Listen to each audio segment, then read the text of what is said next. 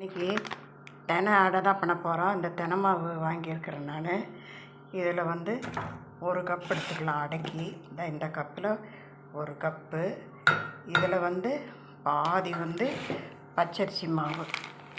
இந்த மாவு இதுவும் கடையில் வாங்கின மாவு தான். இதில் வந்து ஒரு அரை கப்பு போட்டுக்கலாம்.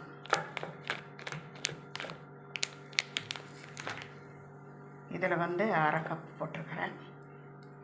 இதை வந்து நம்ம அடைக்கி கரைக்கிற மாதிரி கரைச்சிக்கணும். இதுக்கு தேவையான உப்பு போட்டுருக்கேன். மாவை வந்து இந்த அடை மாவை இவ்வளோ கெட்டியாக அடைக்கி ஊற்றுற மாதிரி கரைச்சிக்கிட்டு ஊற்ற வேண்டியது தான். இதில் வந்து ஒரு பெரிய வெங்காயம், ஒரு பச்சை மிளகா, ஒரு கருவேப்பிலையெல்லாம் வச்சுருக்கிறேன். இப்போ வந்து இதை நம்ம தாளித்து போட்டுக்கலாம். எண்ணெயில் போட்டு வதக்கி போட்டால் அது தெனை அடை சாப்பிட்டு பாருங்கள். இதில் தாளித்த வெங்காயம் பாருங்கள். 2வது ஒரு அடை ஊற்றிருக்கேன். இப்போ இந்த அடைக்கு வந்து தேங்காய் சட்னி நல்லாயிருக்கும்.